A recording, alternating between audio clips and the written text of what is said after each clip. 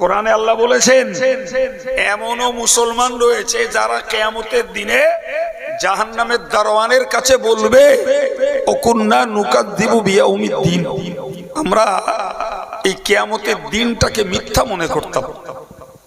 নাউজুবিল্লাহ বলে, নাউজুবিল্লাহ। এরা আমাদের ভাই, বলে এরা আমাদের ভাই, এরা আমাদের ঘরের বোন। এটাই দুঃখ, আশ্চর্য ব্যাপার ভাই। এই মাস 2 হবে, বনগা থেকে একজন স্বামী স্ত্রী আমার কাছে গেছে। স্বামীটা আমার কাছে ফোন করেছে, করে বলছে হুজুর আমি একটু আপনার সঙ্গে দেখা সাক্ষাৎ করব।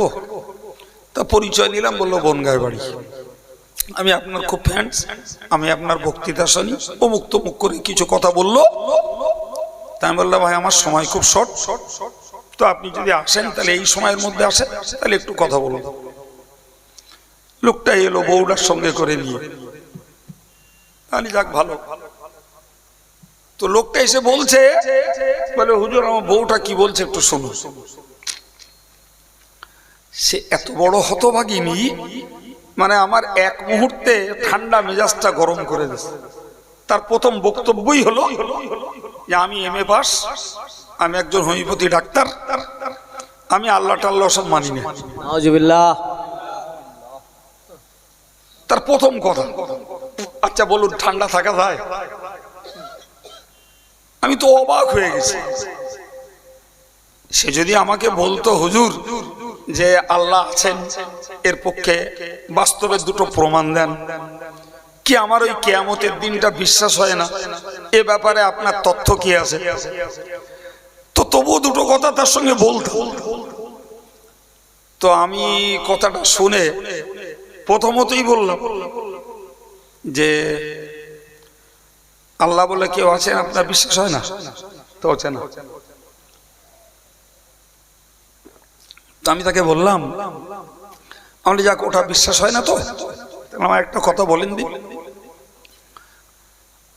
এই ট্রেন চলছে, প্লেন চলছে, বাস চলছে, 4 চাকাগুলো চলছে, মোটর বাইক গুলো চলছে, আমি দেখছি এর একটা ড্রাইভার নেই, সব আপনি আপনি চলছে না, তাই আবার চলে? কেন চলবে না? বিশ্বের পরিচালক যখন কেউ নেই, এমনি চলছে দুনিয়া, তাই ওই যানবাহন গুলো কেউ চালায় না, এমনি এমনি চলছে, আর এমনি বন্ধ হচ্ছে। এত বড় জালিয়া, ও যেই পেঁচে পড়ছে সেই আর কথা বলে না। তা আমি ওই ছেলেটাকে বললাম, ভাই তুমি এই জাহান্নামী নিয়ে ঘর করো, ডাইরেক্ট বললাম সামনাসামনি, আমার ইরিন নিয়ে ঘর করো, এ তো পাকা বেঈমান। আর তোমারে তো দেখছি নামাজ কালাম কি করো না করো জানি না বাবা, তবে তোমার কথাবার্তা শুনে দেখছি তুমি একজন ইমানদার মুসলমান। এমনিতেই ও কাফের হয়ে গেছে, আর তুমি ইমানদার, মানে এমনি বউ তালাক হয়ে গেছে। তা তুমি যদি ভাই জাহান্নাম থেকে বাঁচতে যাও, তাহলে এই খেড় পার করো, সরাসরি বলো আমালে এরে পার করো, তা নাহলে ও জাহান্নামে যাবে, তোমারও নিয়ে যাবে। আর এমনি তো শরীয়তের মসলায় ও বে নেই, কারণ শরীয়তের মসলা হলো স্বামী স্ত্রীর কেউ একজন যদি কুফরি করে তাহলে বিয়ে ভেঙে যায়, ওবে বিচ্ছেদ হয়ে যায়, ওবে থাকে।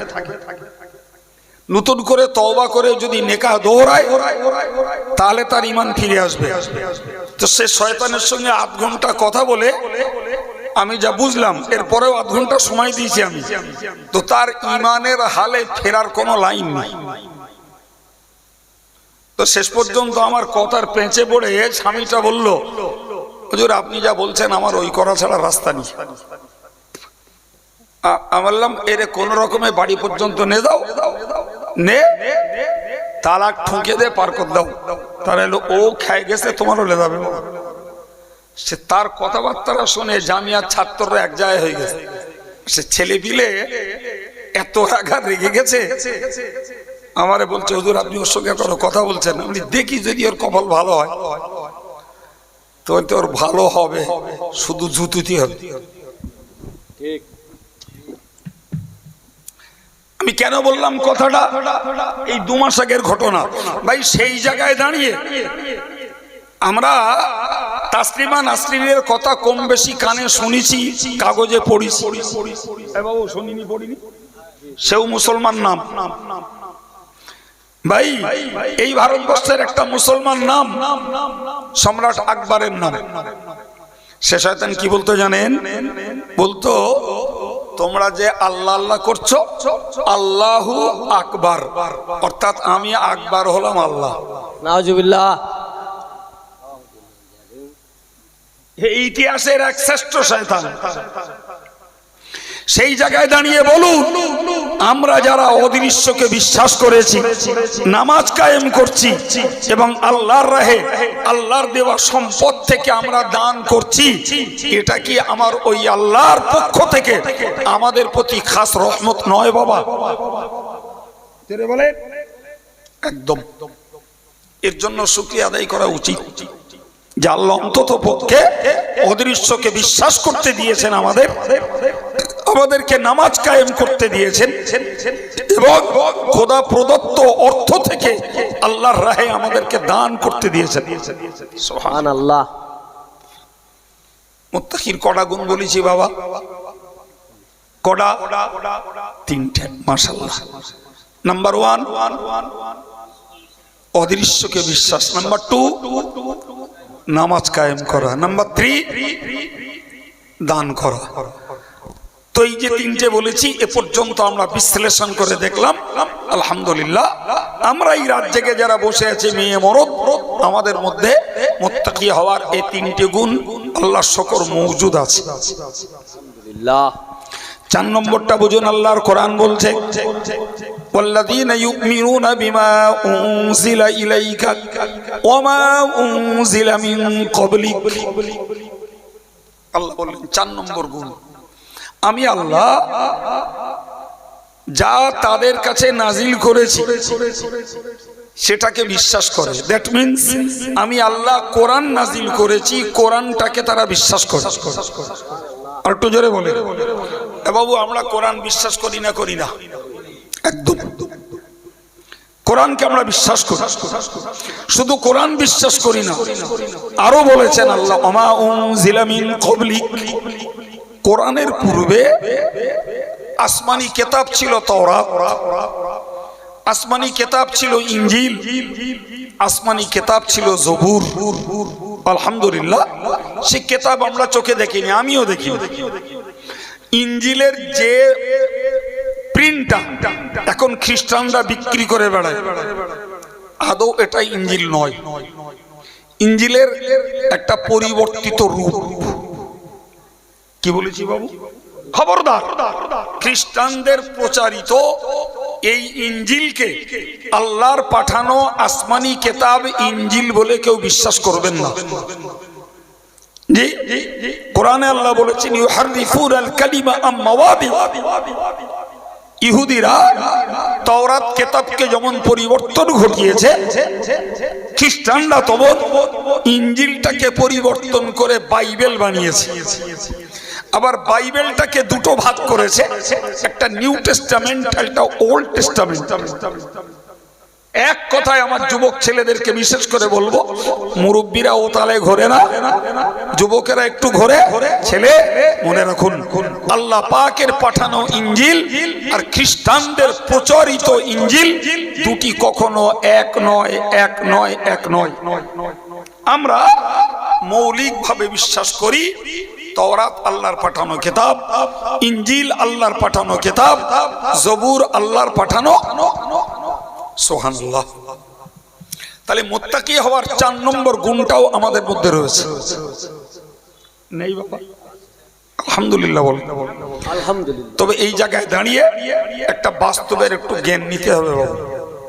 খুব সাদামাটা কথা ভাই, পৃথিবীতে যত নবী পাঠিয়েছেন সকল নবীকে আমাদের বিশ্বাস করা লাগবে, সকল নবীকে, কিন্তু মানতে হবে কেবলমাত্র নবী মুহাম্মদুর রাসূলুল্লাহকে সাল্লাল্লাহু আলাইহি ওয়াসাল্লাম। এই কথাটা মনে থাকবে একদম। এই জমানায় কেউ যদি আদম নবীর জমানার ফতোয়া মানে, সেটি আল্লাহ পাকের কাছে গ্রান্টেড নয়। যেমন আদম নবীর জমানায় ভাই বোনে বিয়ে জায়েজ ছিল। এখন যদি নবী মুহাম্মাদের জমানায় এসে কেউ বলে আমার বোনটা সুন্দরী, অতএব আমি আমার ওই সুন্দরী বোনটাকে বিয়ে করব, এই যুগের ফতোয়া না হলো আদম ও নবী সেই যুগের ফতোয়া, নিশ্চিত তুমি বেঈমানি করছো। এই কথা বুঝতে পারেন? এই যুগে এসে কেউ যদি মনে করে আমি ঈসা নবীর ফতোয়া মানবো, অর্থাৎ কাপড়ে পেশাব লাগলেও সেই কাপড় পরে নামাজ পড়বো, নিশ্চিত তুমি শরীয়তের সঙ্গে খেলা করছো। কথা বলা হচ্ছে বাবা। তাহলে সকল নবীকে আমাদের বিশ্বাস করতে হবে, কিন্তু মানতে হবে কাকে? সবাই মিলে বলেন, কেবলমাত্র আমাদের নবীকে। আমার রাসূল বলেছেন, লাউ কানা মূসা হাইয়ান লামা ওয়াসাআহু ইল্লা ইত্তিবাই। ও আমার উম্মতেরা, তোমরা মনে রাখো, আল্লাহ পাকের মর্যাদা সম্পন্ন নবী এবং অত্যন্ত সম্মানিত রাসূল হযরত মূসা আলাইহিস সালাম যদি আমার জমানায় বেঁচে থাকতেন, মূসাকেও আমার অনুসরণ করতে হতো। আল্লাহু আকবার। মূসাকেও আমার অনুসরণ। কিয়ামতের পূর্বে ঈসা নবী আসবেন। কিয়ামতের পূর্বে রাসূলুল্লাহ বলেছেন, আইয়ানজিলা ফীকুম ইবনু মারইয়াম, তোমাদের মাঝে মরিয়মের বেটা ঈসা অবতরণ করবেন। জি, তিনি নবী, কিন্তু যে পিরিয়ডে আসবেন ওই পিরিয়ডটা নবী মুহাম্মাদের পিরিয়ড। অতএব ঈসা নবীকে আমার নবীর শরীয়ত মানতে হবে। কথা বোঝা গেল কি? হ্যাঁ। আচ্ছা, যিনি বলেছেন উম্মত হিসেবে আসবেন, ওনার জানা কথা বলেছেন, ওই কথাটা ঠিক না ভুল কথা? খবরদার বলবেন না, ওটা পড়াশোনার ঘাটতির ফল। ঈসা নবী উম্মত হিসাবে আসবেন না, নবী হিসাবে আসবেন। কিন্তু পিরিয়ডটা যেহেতু আমার নবীর, তাই মসলা ফতোয়া মানবেন আমার নবীর। কথা বোঝা গেল? নবী নবুয়তের দরজা থেকে উম্মতের দরজায় নামবেন, এটা নবীর জন্য ইজ্জতের খেলাফ। ঠিক ঠিক। কথা বোঝা গেল? ওটা উনি বলেছেন সাধারণ জানাবো কথা, কিন্তু কিতাবের সূক্ষ্ম জ্ঞান হলো এটা, তিনি যথারীতি নবী হিসাবেই পৃথিবীতে আসবেন, যদিও শরীয়ত মানবেন আমাদের নবীর শরীয়ত। কথা ক্লিয়ার হয়েছে বাবু? হ্যাঁ। আমার বক্তব্য আমি আর একবার ছাড়িয়ে দিচ্ছি, তাহলে সকল নবীকে আমায় বিশ্বাস করতে হবে, মানতে হবে আমাদের নবী। ঠিক তদ্রূপ তাওরাত, ইনজিল, জবুর এগুলি আসমানি কিতাব, এটাকে আমার বিশ্বাস করতে হবে, কিন্তু মানতে হবে কেবলমাত্র কোরআনকে। বলে কোরআনকে মানতে হবে। কোনটাকে? ওইগুলো আসমানি কিতাব, এটা আমার বিশ্বাসে থাকবে, কিন্তু আমি ফলো করব কেবলমাত্র সুবহানাল্লাহ বলে। সুবহানাল্লাহ। ঠিক এই জায়গায় দাঁড়িয়ে আর একটা জ্ঞান নেন, আর একটা জ্ঞান নেন, মনে রাখবেন, দেশে ঘরে আলেমের অভাব নাই, পীর নামীয় ব্যক্তির অভাব নাই। আছে কি বাবা? হ্যাঁ, এমন পীর আছে যে পীর তার ছবি মুরিদকে দিচ্ছে, বলছে ঘরের দরজায় লাগিয়ে সকাল সন্ধ্যায় ধূপ দিও। নাউজুবিল্লাহ। এই জমানার পীর। এমন পীর আছে মেয়েদের দ্বারা খেদমত দিচ্ছে। নাউজুবিল্লাহ। এমন পীর আছে যিনি হাত দিয়ে মেয়েদের কলব জারি করে দিচ্ছে। এমন পীর আছে একসঙ্গে আলো নিভিয়ে মেয়ে মরদে জিকির করছে, আর বলছে বাইরের আলো জ্বালা নিভাও রে, দিলের আলো জ্বালাও রে, আর ওই রকম নাচতেছে। জি, এমন পীর আছে মুরিদা মেয়ে ছেলে পীরের পায়ে মাথা ঠুকছে, আর পীর সাহেব মেয়ে ছেলের পিঠ চাপড়াচ্ছে। নাউজুবিল্লাহ। এমনও মুরিদ আছে পীরের, জিকির করতে করতে প্যান্ডেলের বাঁশের মাথায় উঠে পড়তে। ঠিক। কেউ পীর। ভালো করে বুঝুন, আমি গাল গপ্প করতে রাত দুপুর বেলা জাগাচ্ছি না আপনাদের। জি ঠিক তদ্রূপ মনে রাখুন, এই আলেম সেজে ইসলামী মঞ্চ দখল করার এমন বক্তা আছে কোরআন পড়তে পারে না, এমন বক্তা আছে যারা মিথ্যা গীবত গেল্লা আর অপপ্রচার মিথ্যা ফতোয়াবাজি করেই পয়সা লুটছে। ঠিক। এমন বক্তা আছে যে শরিয়াত এবং সুন্নাহ প্রকৃতপক্ষে পালন করে না, শুধু গলাবাজারি করে কমার্শিয়াল অর্থ লুটি কারবারটা করছে। ঠিক। ঠিক এই জায়গায় দাঁড়িয়ে আমার বক্তব্য, সবাই নবী বিশ্বাস করব, মানবো আমার নবী মুহাম্মদ সাল্লাল্লাহু আলাইহি ওয়াসাল্লাম। আসমানি কিতাবগুলো আল্লাহর, ওগুলোকে বিশ্বাস করব, মানবো কেবল কোরআনকে। আলেম নামে আর পীর নামে বাজার জাত হয়েছে। জি কে ভণ্ড আর কে সাধু, তার জবাব সে আল্লাহকে দেবে। আমি আমার এই কওমকে বলবো, যত আলেম আর যত পীর সমাজে ঘুরে বেড়া, আপনার মনের কাছে অবশ্যই একজন আলেম একজন পীরকে আপনি আপনার মনের কাছে জায়গা দিন, ওই একজনকেই মানবো আমি। যত থাকে থাকে, তা না হলে যদি কেউ মনে করেন সব পীর মানবো, যদি কেউ মনে করেন সব আলেমকে মানবো, আপনার ঈমান আমল ধ্বংস হবে। ঠিক। এই কথা বুঝতে পারছেন? কারণ এমন আলেম আছে সুদ খাওয়া জায়েজ ফতোয়া দিচ্ছে, এমন আলেম আছে কাওয়ালি জায়েজ ফতোয়া দিচ্ছে, এমন আলেম আছে মহিলা সমিতি জায়েজ ফতোয়া দিচ্ছে, এমন আলেম আছে যারা ইন্টারেস্টিং লোনকে জায়েজ বলছে। সেও আলেম, সেও কোরআন বলছে, হাদিস বলছে। এই কথা বুঝতে পারছেন কি? তাহলে আলেম হলেই সবাইকে মানা যাবে? চিল্লে বলুন না। এমন আলেম আছে, আমরা দাদা হুজুরের মতাদর্শ, বসিরহাট হুজুরের কেতাবের মশলা মানি, তারা পরিষ্কার বলছে এগুলো জাহান্নামের কাজ। নাউজুবিল্লাহ মিন জালিক। সেও লেকচার দিচ্ছে, সেও কোরআন হাদিস বলছে। বুকে হাত দিয়ে বলুন আব্দুল কাইয়ুম বলছে তাই না? আপনার বিবেকে বিচার করুন। আলেম নামে সমাজে যারা বাজার জাত হয়েছে, বুকে হাত দিয়ে বলুন সবাইকে মানা যাবে না। পীর নামে যারা কাগজে প্রচার লাভ করেছে, ইউটিউবে প্রচার লাভ করছে, এদের সবাইকে পীর বলে মেনে নেওয়া যাবে? একটু মানা যাবে। সুতরাং ঠিক ওই জায়গায় দাঁড়িয়ে যে সবাই নবী মানতে হবে একজনকে, সব আল্লাহর কিতাব মানতে হবে শুধু কোরআনকে, ঠিক সেই জায়গায় দাঁড়িয়ে আলেম আর পীর যত গজায় গজা, আমার মনের কাছে স্থির করে নেব ইনি আলেম হিসাবে আমার অনুসরণীয়, পীর হিসাবে আমার আধ্যাত্মিকতার জীবন গড়ার ইনি আমার কাছে অনুসরণীয়। তবে আপনার আমার ঈমান আমল ঠিক থাকবে, তা না হলে তছনছ হয়ে যাবে। তা না হলে, আরে বাবা, একজন হানাফি মুযহাবের ছেলে রাগ সামলাতে পারেনি, এক কোপে 3 তালাক মেরে দিয়েছে। জি দুটো পদ্ধতি, 1 তালাক, 2 তালাক, 3 তালাক।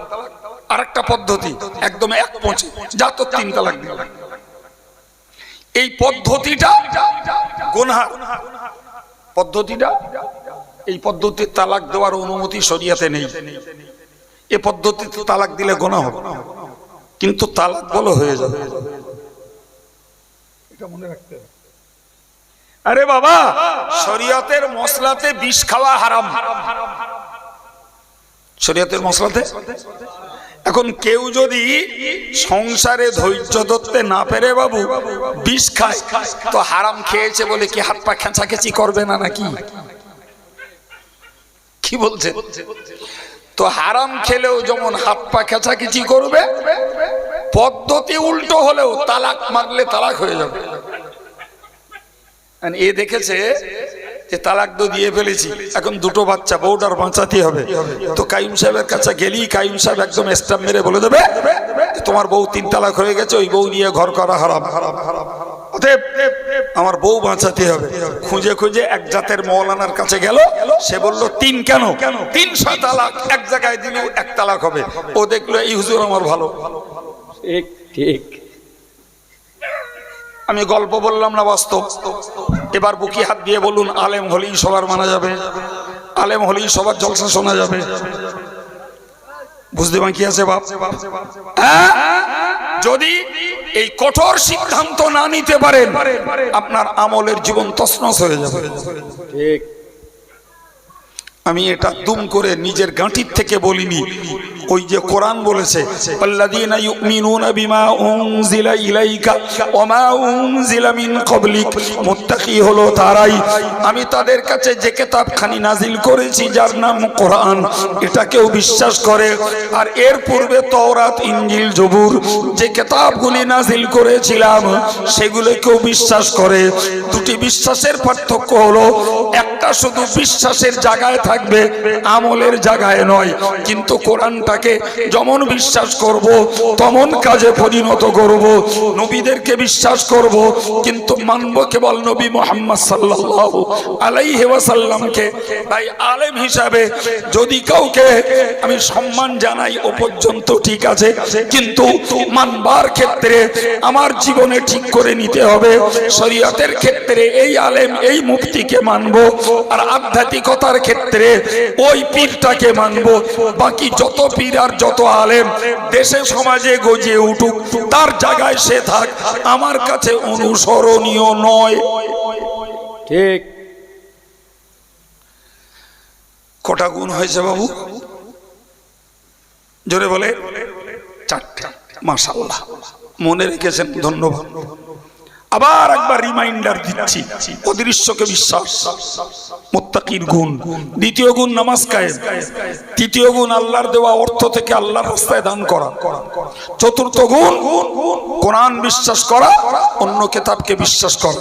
আনুষঙ্গিক যে কথাগুলো বলেছি এটা বাস্তবমুখী, চোখ খুলে দেওয়ার জন্য বললাম।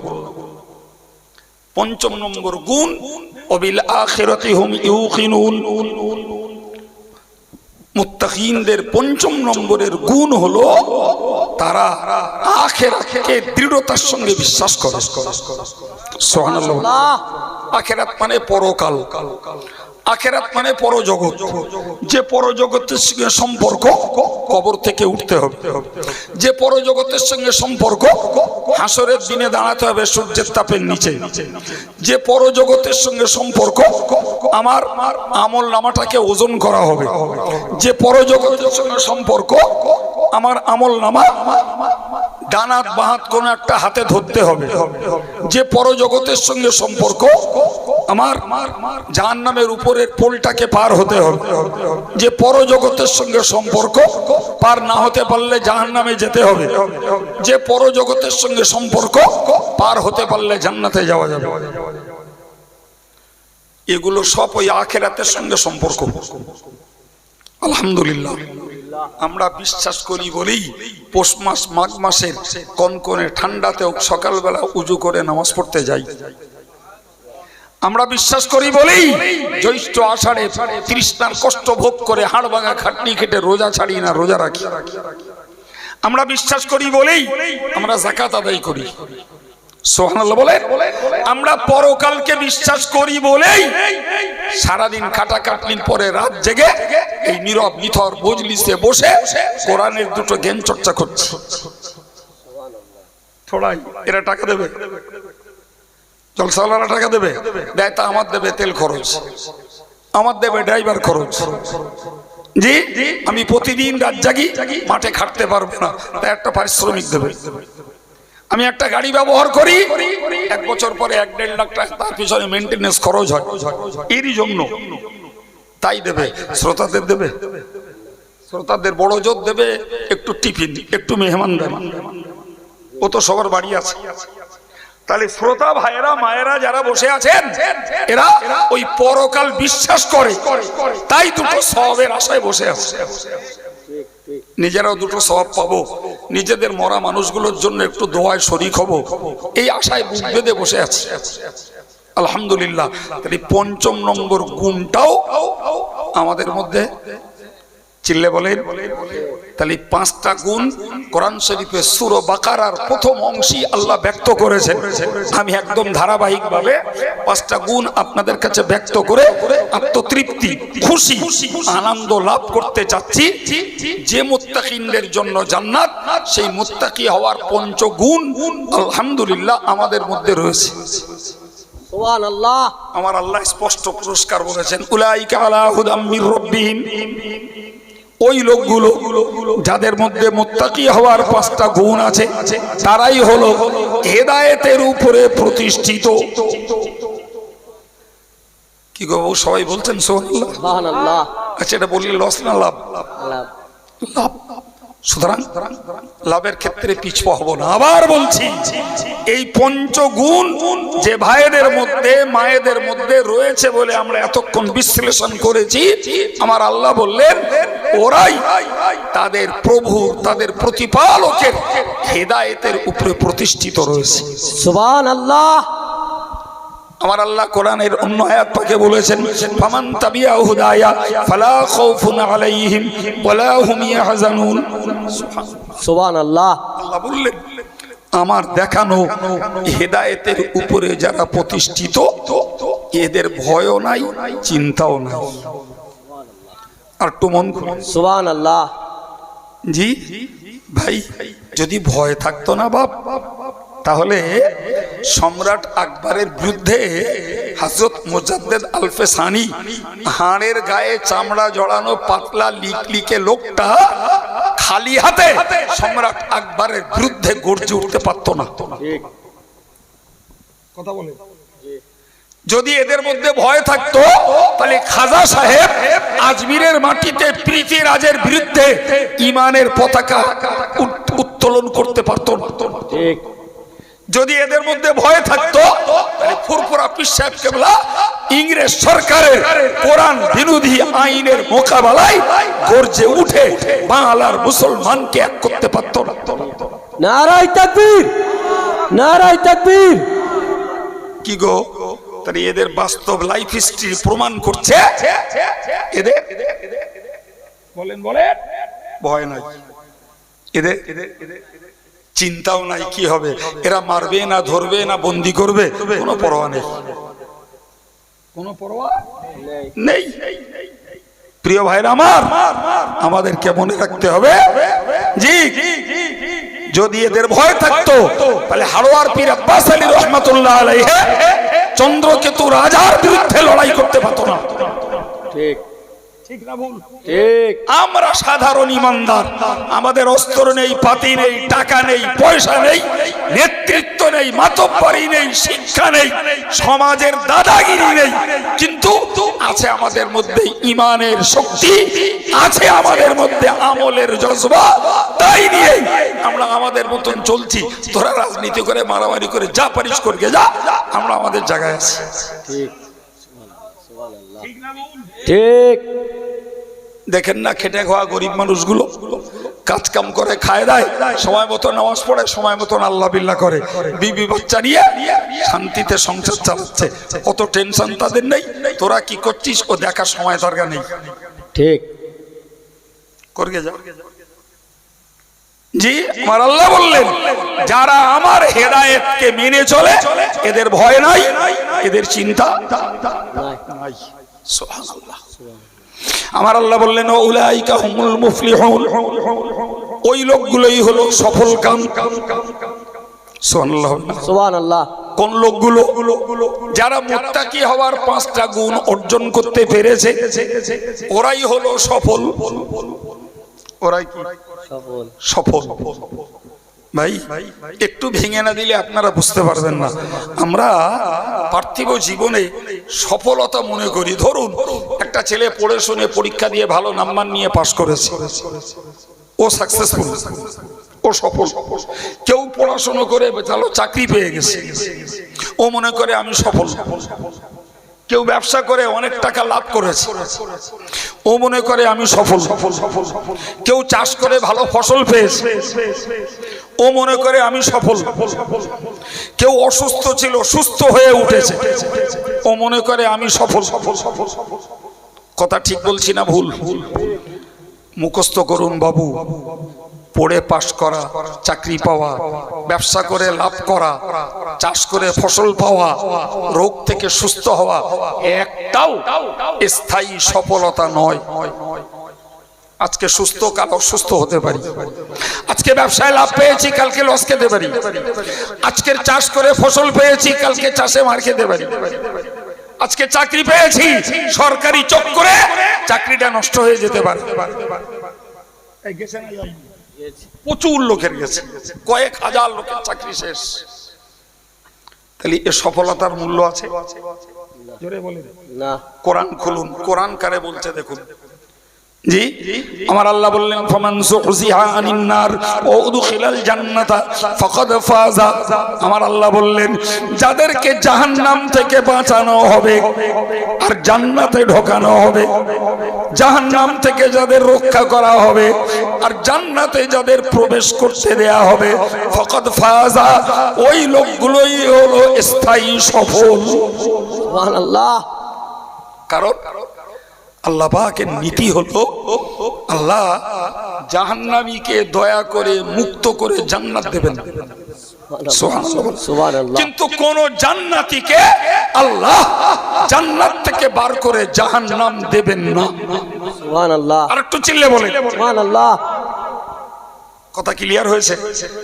জাহান্নামীর প্রতি দয়া করে আল্লাহ জান্নাত দিতে পারেন, কিন্তু কোন জান্নাতীকে আল্লাহ কি বলেছি বলেন জাহান্নামে দেবেন না, জাহান্নাম দেবেন না।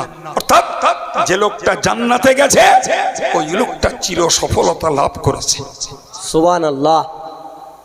হাদিস পাকে উল্লিখিত রয়েছে কুল্লু সুরুরিন ইয়াজুলু ইল্লা সুরুরা আহলিল জান্নাহ। নবী আমার জানিয়েছেন প্রত্যেকটা সন্তুষ্ট আর খুশির একটা শেষ আছে। আছে না? আছে। বিরাট আনন্দ হচ্ছে একটা কিছুতে, এক মুহূর্তে এমন একটা বিপদের খবর কানে এলো, আনন্দ দুঃখে পরিণত হয়ে গেল। ঠিক। পারে না? পারে না? পারে। বিয়ে বাড়ি একটা আনন্দ মুখর পরিবেশ, যদি বিয়ে বাড়ি চলাকালীন আচমকা কোনো বিপদ হয় টোটাল আনন্দটা নিরানন্দে পরিণত হবে। ঠিক। আমি আমার লাইফে এমনও বাড়ি সবরেসানি করতে গেছি। গতকাল ছেলে বিয়ে করে এসছে, আজকে আসবে কন্যা যাত্রীরা, আর সেই সাথে আজকে মেয়ের বিয়ে, বরযাত্রী আসবে। এরম মাঝে মধ্যে এরম ঘটানো যায় না বাপ? হ্যাঁ, তাহলে উভয়ের আত্মীয়তার একটা সমারোহ পরিবেশ। জি, বেলা 12টার দিকে ঝড় বৃষ্টি শুরু হয়েছে, বাজ পড়েছে 1 বাজে, মেয়ে গেছে, মেয়ের মা গেছে, একটা ছেলে গেছে, 1 বাজে 3 জন মরেছে। সে বিয়ে বাড়ি আর বিয়ে বাড়ি আছে না? আছে। ওই বাড়িতে আমার সবরেসানি করতে নিয়ে গেছে, তাই জানতে পারলাম। শুনি বাকরুদ্ধ, কথা বলার সাহস হয় না, কি বলে এদের বুঝতে হবে। জি, বিয়ে হয়নি, মসজিদে মাইকিং করে খাবারগুলো গ্রামে বিতরণ হয়েছে। বিয়ে হয়? তাহলে একটা চরম আনন্দমুখর পরিবেশ, একটা বিয়ে বাড়ি এক মুহূর্তের ভিতরে আল্লাহ নিরানন্দে নরকে পরিণত করে দিয়েছে। এই জন্য কিতাবে বলা হয়েছে কুল্লু সুরুরিন ইয়াজুল, প্রত্যেকটা আনন্দ নষ্ট হয়, প্রত্যেকটা আনন্দ বন্ধ হয়ে যায়। ইল্লা সুরুরা আহলিল জান্নাহ, কিন্তু জান্নাতবাসীদের আনন্দ কখনো নষ্ট হবে না, বন্ধ হবে না, তারা চির আনন্দ উপভোগ করবে। সুবহানাল্লাহ। সুবহানাল্লাহ। এই জন্যই কিতাবে বলা হয়েছে পৃথিবীর জমিনে আমরা যে যাতে সফলতা ভোগ করি আর সফলতা লাভ করি, এ একটাও স্থায়ী না বাপ। প্রকৃত সফলতা হলো যারা মুত্তাকি হওয়ার ওই 5 গুণকে অবলম্বন করতে পেরেছে, ওরাই হবে প্রকৃত সফল। তার মানে ওরা হবে জান্নাতি, যেখানে দুঃখ, যেখানে কষ্ট, যেখানে মনোবেদনার কোনো লেশ মাত্র নাই। সুবহানাল্লাহ। শুকরিয়া আল্লাহ পাকের দরবারে।